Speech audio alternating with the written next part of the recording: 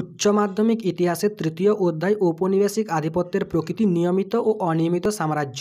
এই অধ্যায় থেকে যে সমস্ত এসএকিউ প্রশ্ন 2022 সালে উচ্চ মাধ্যমিক ইতিহাস পরীক্ষায় আসার সম্ভাবনা যথেষ্টই রয়েছে, সেই প্রশ্ন ও উত্তরগুলো নিয়ে এই ভিডিওর মাধ্যমে আলোচনা করব। তোমাদেরকে এখানে একটু জানিয়ে রাখি যে এই অধ্যায় থেকে তোমাদেরকে 7টি এসএকিউ প্রশ্ন ও উত্তর পরীক্ষার সময় করতে হবে। তাই তোমরা যদি এই ভিডিওটা ভালোভাবে দেখো তাহলে এখান থেকেই তোমরা বহু প্রশ্ন 2022 সালে উচ্চ মাধ্যমিক ইতিহাস পরীক্ষায় কমন পেয়ে যাবে। প্রথম প্রশ্ন রয়েছে, বৈদেশিক বাণিজ্যের জন্য চীনের কোন বন্দর দুটি সীমাবদ্ধ ছিল? ক্যান্টন এবং ম্যাকাও। 2 নম্বর দাগে আছে, কোন ইউরোপীয় দেশ চীনের সঙ্গে প্রথম ব্যবসায়িক সম্পর্ক গড়ে তুলেছিল? পর্তুগাল। পরের প্রশ্ন রয়েছে, চীনে কোন বছর আফিম আমদানি বন্ধ হয়? 1839 খ্রিস্টাব্দে। ভীষণ গুরুত্বপূর্ণ প্রশ্ন। 4 নম্বর দাগে রয়েছে, কোন দুটি স্থানের মধ্যে ভারতে প্রথম রেলপথ স্থাপিত হয়? বোম্বাই থেকে থানে 1853 খ্রিস্টাব্দে। বক্সার প্রোটোকল কাদের মধ্যে সম্পাদিত হয়? 1901 খ্রিস্টাব্দে চীনের সঙ্গে 11টি বিদেশি শক্তির বক্সার প্রোটোকল সম্পাদিত হয়। 6 নম্বর দাগে রয়েছে, ক্যান্টন বাণিজ্য কাকে বলে?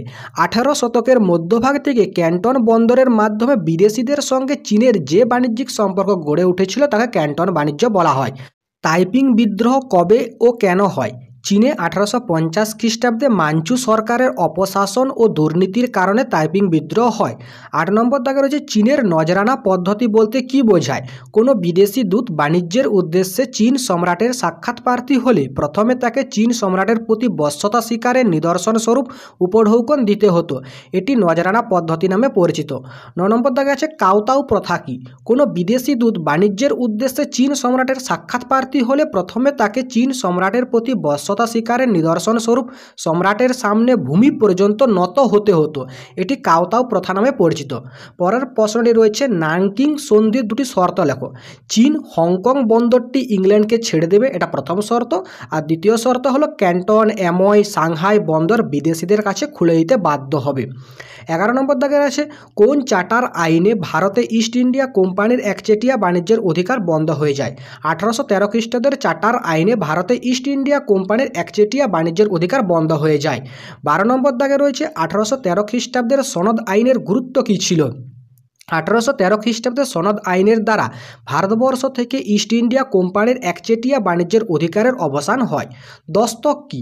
1717 খ্রিস্টাব্দে মোগল সম্রাট ফারুক সিয়ারের ফরমান অনুসারে ইংরেজ কোম্পানি বাংলায় বিনা শুল্কে বাণিজ্য করা যে অধিকার বা ছাড়পত্র পায় তাকে বলে দস্তক। 14 নম্বর দাগে রয়েছে, ভারতের রেলপথের সূচনা হয় কবে? 1853 খ্রিস্টাব্দে ভারতের রেলপথের সূচনা হয়। পরের প্রশ্নটি রয়েছে, সর্বশেষ চার্টার আইন বা সনদ আইন কবে প্রবর্তিত হয়? 1853 খ্রিস্টাব্দে সর্বশেষ চার্টার আইন বা সনদ আইন প্রবর্তিত হয়। 16 নম্বর দাগে রয়েছে, আলিনগড়ের সন্ধি কত খ্রিস্টাব্দে কাদের মধ্যে স্বাক্ষরিত হয়? 1757 খ্রিস্টাব্দে ব্রিটিশ ইস্ট ইন্ডিয়া কোম্পানি ও বাংলার শেষ স্বাধীন নবাব সিরাজ উদ্দৌলার মধ্যে। গ্যারান্টি ব্যবস্থা কাকে বলে? ভারতের রেলপথ নির্মাণে ব্রিটিশ কোম্পানিকে উৎসাহ দেওয়ার উদ্দেশ্যে ব্রিটিশ সরকার তাদের বিনামূল্যে জমিদান, বার্ষিক বিনিয়োগের উপর নির্দিষ্ট হারে সুদ প্রদান প্রভৃতি বিষয়ে প্রতিশ্রুতি দেয়। এটি গ্যারান্টি ব্যবস্থা নামে পরিচিত। 18 নম্বর দাগে রয়েছে, কোন আইনের দ্বারা কলকাতায় সুপ্রিম কোর্ট স্থাপিত হয়? 1773 খ্রিস্টাব্দের রেগুলেটিং অ্যাক্ট দ্বারা কলকাতায় সুপ্রিম কোর্ট স্থাপিত হয়। 19 নম্বর দাগে রয়েছে, অন্ধকূপ হত্যা কি? ভীষণ গুরুত্বপূর্ণ প্রশ্ন।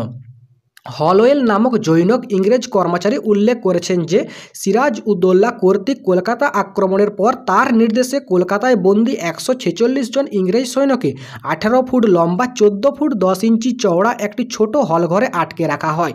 এর ফলে 123 জন শ্বাসরুদ্ধ হয়ে মারা যায়। এই ঘটনা অন্ধকূপ হত্যা নামে পরিচিত। পলাশির লুণ্ঠন কি? পলাশির যুদ্ধের জয়লাভের পর ইস্ট ইন্ডিয়া কোম্পানি বাংলা থেকে অর্থ ও সম্পদ পাচার করছিল ইংল্যান্ডে। ইংরেজরা সোনা, রূপো বা অন্য কোনো পণ্য সামগ্রীর বিনিময়ে এই সম্পদের নির্গমন ঘটায়নি। তাই এই ঘটনাকে অনেকে লুণ্ঠন বলে উল্লেখ করেছেন। ব্রুকস অ্যাডামস আর্থিক নির্গমনের এই ঘটনাকে পলাশির লুণ্ঠন বলেছেন। 21 নম্বর দাগে রয়েছে, হিতবাদ বা উপযোগিতাবাদ কাকে বলে? ভারতে ব্রিটিশ শাসনকে যুক্তিগ্রাহ্য করে তোলার একটি গুরুত্বপূর্ণ মাধ্যম উপযোগিতাবাদ। এই দর্শন তত্ত্বের প্রধান রূপকার বেনথাম। এর মূল কথা হলো সর্বোচ্চ সংখ্যক মানুষের সর্বোচ্চ সুখ স্বাচ্ছন্দ্য বিধান। পরের প্রশ্নটি রয়েছে, কোন ভূমি ব্যবস্থা জমিদারদের জমির উপর মালিকানা সত্ত্ব দিয়েছিল? চিরস্থায়ী বন্দোবস্ত। শিমনোসেকির সন্ধি কাদের মধ্যে স্বাক্ষরিত হয়? 1895 খ্রিস্টাব্দে জাপান ও চীনের মধ্যে। চীনে প্রথম কারা কোথায় বাণিজ্য ঘাঁটি নির্মাণ করেন? চীনে পর্তুগিজরা ম্যাকাও বন্দর এলাকায় বাণিজ্য কুঠি স্থাপন করেন। 25 নম্বর দাগে রয়েছে সূর্যাস্ত আইন কি? ভীষণ গুরুত্বপূর্ণ প্রশ্ন। চিরস্থায়ী বন্দোবস্ত অনুযায়ী স্থির হয় যে বছরের নির্দিষ্ট দিনের সূর্যাস্তের মধ্যে খাজনা জমা দিলে জমিদার বরাবর জমিদারি স্বত্ব ভোগ করবে। ওই নির্দিষ্ট দিনে খাজনা জমা না দিলে জমিদারি কেড়ে নেওয়া হবে। এই ব্যবস্থা সূর্যাস্ত আইন নামে পরিচিত। 26 নম্বর দাগে রয়েছে আমিনি কমিশন কে গঠন করেন? ওয়ারেন হেস্টিংস আমিনি কমিশন গঠন করেছিলেন। পরের প্রশ্নটি রয়েছে দেওয়ানি কথার অর্থ কি? দেওয়ানি কথার অর্থ হলো রাজস্ব আদায়ের অধিকার। 28 নম্বর দাগে রয়েছে কে কবে এজেন্সি ব্যবস্থা চালু করেন? ইস্ট ইন্ডিয়া কোম্পানি 1753 খ্রিস্টাব্দে এজেন্সি ব্যবস্থা চালু করেন। অবশিল্পায়ন কি? যদি দেশের মানুষ শিল্পকর্ম ছেড়ে কৃষিকার্যের উপর ভিত্তি করে জীবিকা অর্জন করে তাকে অবশিল্পায়ন বলে। 30 নম্বর দাগে রয়েছে টিয়েনসিনের সন্ধি কবে কাদের মধ্যে হয়? 1858 খ্রিস্টাব্দে ইংল্যান্ড ও ফ্রান্সের মধ্যে টিয়েনসিনের সন্ধি হয়েছিল। টিস্কো কে কবে প্রতিষ্ঠা করেন? জামশেদজি টাটা 1907 খ্রিস্টাব্দে টিস্কো প্রতিষ্ঠা করেন। ভারতে প্রথম পাটকল কে কবে স্থাপন করেন? জর্জ অকল্যান্ড 1855 খ্রিস্টাব্দে কলকাতার নিকটবর্তী রিসরায় ভারতের প্রথম পাটকল স্থাপন করেন। 33 নম্বর দাগে রয়েছে একওয়ার্থ কমিটি কি? রেলপথের সম্প্রসারণ ও রেল প্রশাসন সংস্কারের উদ্দেশ্যে 1919 খ্রিস্টাব্দে স্যার উইলিয়াম একওয়ার্থ এর সভাপতিত্বে এক একওয়ার্থ কমিটি নামে একটি উচ্চ পর্যায়ের কমিটি নিযুক্ত হয়। এই কমিটি রেলপথের উন্নয়নের উদ্দেশ্যে প্রতি বছর 150 কোটি টাকা বিনিয়োগ, দেশের সাধারণ বাজেট থেকে রেল বাজেটের পৃথকীকরণ করেন। পরের প্রশ্নটি রয়েছে ওয়ারেন হেস্টিংস প্রবর্তিত দুটি ভূমি রাজস্ব বন্দোবস্ত উল্লেখ করো। একটা হলো পাঁচশালা বন্দোবস্ত এবং আরেকটা হলো একশালা বন্দোবস্ত। এখানে তোমাদের পরীক্ষায় পড়তে পারে যে পাঁচশালা বন্দোবস্ত কে কবে চালু করেন? ওয়ারেন হেস্টিংস চালু করেছিলেন 1772 খ্রিস্টাব্দে। আবার পড়তে পারে যে একশালা বন্দোবস্ত কে কবে চালু করেন? ওয়ারেন হেস্টিংস চালু করেছিলেন 1777 খ্রিস্টাব্দে। 35 নম্বর দাগে রয়েছে 10 সালা বন্দোবস্ত কে প্রবর্তন করেন? 10 সালা বন্দোবস্ত প্রবর্তন করেছিলেন কর্নওয়ালিস। ভ্রাম্যমাণ কমিটি কে কবে গঠন করেন? ওয়ারেন হেস্টিংস 1772 খ্রিস্টাব্দে ভ্রাম্যমাণ কমিটি গঠন করেন। আমিনি কমিশন কে কবে গঠন করেন? 1776 খ্রিস্টাব্দে ওয়ারেন হেস্টিংস আমিনি কমিশন গঠন করেন। এই প্রশ্নটাও ভীষণ গুরুত্বপূর্ণ প্রশ্ন। 38 নম্বর দাগে রয়েছে দৈত্য শাসন ব্যবস্থার অবসান কে কবে করেন? দৈত্য শাসন ব্যবস্থার অবসান করেন ওয়ারেন হেস্টিংস 1772 খ্রিস্টাব্দে। এলাহাবাদের প্রথম সন্ধি কবে হয়? এলাহাবাদের প্রথম সন্ধি হয়েছিল 1765 খ্রিস্টাব্দে।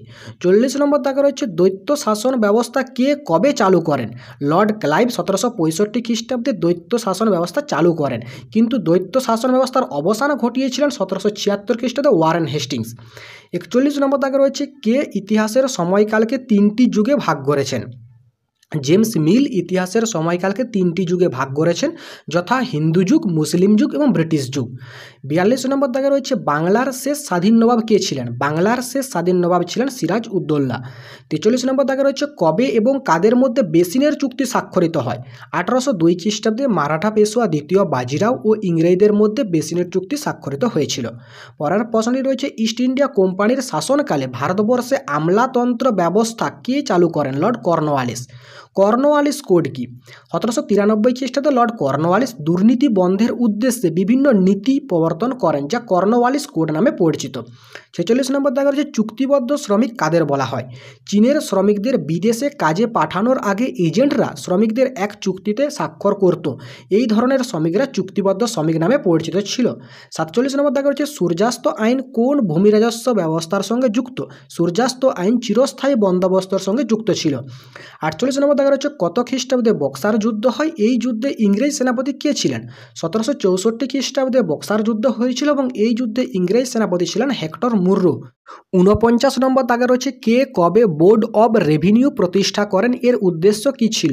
Warren Hastings board of revenue প্রতিষ্ঠা করেন 1773 খ্রিস্টাব্দে।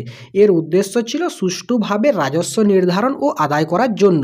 পরের প্রশ্নে রয়েছে ইস্ট ইন্ডিয়া কোম্পানি কবে কার কাছ থেকে দেওয়ানি লাভ করে? 1765 খ্রিস্টাব্দে মুঘল সম্রাট দ্বিতীয় শাহ আলমের কাছ থেকে ইস্ট ইন্ডিয়া কোম্পানি দেওয়ানি লাভ করে। কবে কাদের মধ্যে বিদারার যুদ্ধ হয়? 1759 খ্রিস্টাব্দে ইংরেজ ও ওলন্দাজ তীরন্দাজ বণিকদের মধ্যে বিদারা যুদ্ধ হয়েছিল। 52 নম্বর দাগে রয়েছে সুপ্রিম কোর্টের প্রধান বিচারপতি কে ছিলেন? সুপ্রিম কোর্টের প্রধান বিচারপতি ছিলেন স্যার এলিজা ইম্পে। 53 নম্বর দাগে রয়েছে কবে কাদের মধ্যে অমৃতসরের সন্ধি স্বাক্ষরিত হয়? 1809 খ্রিস্টাব্দে ইংরেজ কোম্পানি ও রঞ্জিত সিংহের মধ্যে অমৃতসরের সন্ধি স্বাক্ষরিত হয়েছিল। পরের প্রশ্নটি রয়েছে কাকে ভারতের ম্যাকিয়াভেলি বলা হয়? নানা ফড়নবিসকে ভারতের ম্যাকিয়াভেলি বলা হয়। 55 নম্বর দাগে রয়েছে কে কবে চিরস্থায়ী বন্দোবস্ত বা জমিদারি বন্দোবস্ত প্রবর্তন করেন? লর্ড কর্নওয়ালিস 1793 খ্রিস্টাব্দে চিরস্থায়ী বন্দোবস্ত বা জমিদারি বন্দোবস্ত প্রবর্তন করেন। বেঙ্গল কেমিক্যাল কে কবে প্রতিষ্ঠা করেন? প্রফুল্লচন্দ্র রায় 1901 খ্রিস্টাব্দে বেঙ্গল কেমিক্যাল প্রতিষ্ঠা করেন। 57 নম্বর দাগে রয়েছে কোন ইংরেজ দূত প্রথম ভারতে আসেন? উইলিয়াম হকিন্স 1608 খ্রিস্টাব্দে প্রথম ভারতে আসেন। 58 নম্বর দাগে রয়েছে ইংরেজরা কবে কোথায় তাদের ভারতে প্রথম বাণিজ্য কুঠি নির্মাণ করেন? 1613 খ্রিস্টাব্দে সুরাটে। পরের প্রশ্নটি রয়েছে কবে কোথায় মহলওয়ারি বন্দোবস্ত চালু হয়? 1822 খ্রিস্টাব্দে গাঙ্গেয় উপত্যকা, উত্তর পশ্চিম প্রদেশ ও মধ্য ভারতের কিছু কিছু অঞ্চলে মহলওয়ারি বন্দোবস্ত চালু হয়। 60 নম্বর দাগে রয়েছে ঔপনিবেশিক ভারতের নিরিখে আইনের শাসন বলতে কি বোঝায়? ব্রিটিশ শাসকরা ঔপনিবেশিক ভারতে আইনের শাসনের ধারণা প্রবর্তন করেন। এর অর্থ ছিল যে ব্রিটিশ প্রশাসন আইন মেনে শাসন পরিচালনা করবে। 61 নম্বর দাগে রয়েছে কবে কাদের মধ্যে এলাহাবাদের প্রথম সন্ধি স্বাক্ষরিত হয়? 1765 খ্রিস্টাব্দে ইস্ট ইন্ডিয়া কোম্পানি এবং অযোধ্যার নবাব সুজাউদ্দৌলার মধ্যে এলাহাবাদের প্রথম সন্ধি স্বাক্ষরিত হয়েছিল।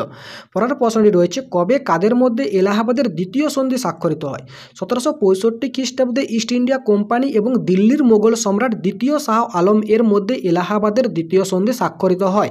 পরের প্রশ্নটি রয়েছে চীনের রুদ্ধদ্বার নীতি কী ছিল? এই প্রশ্নটি ভীষণ গুরুত্বপূর্ণ প্রশ্ন। ক্যান্টন বাণিজ্যে অংশগ্রহণকারী বিদেশি বণিকদের চীনা ফৌজদারি ও বাণিজ্যিক আইন মেনে চলতে হতো এবং বাণিজ্যের মরশুম শেষে বন্দর ছেড়ে চলে যেতে হতো। বণিকদের চীনা ভাষা ও আদব কায়দা, শিক্ষা, বাণিজ্য, কুঠিতে আগ্নেয়াস্ত্রের প্রবেশ, দাসী নিয়োগ প্রভৃতি নিষিদ্ধ ছিল। চীন বিদেশি বণিকদের প্রতি এই কঠোর নীতি রুদ্ধদ্বার নীতি নামে পরিচিত। 64 নম্বর দাগে রয়েছে কে কবে কলকাতায় ফোর্ট উইলিয়াম কলেজ প্রতিষ্ঠা করেন? 1800 খ্রিস্টাব্দে লর্ড ওয়েলেসলি কলকাতায় ফোর্ট উইলিয়াম কলেজ প্রতিষ্ঠা করেন।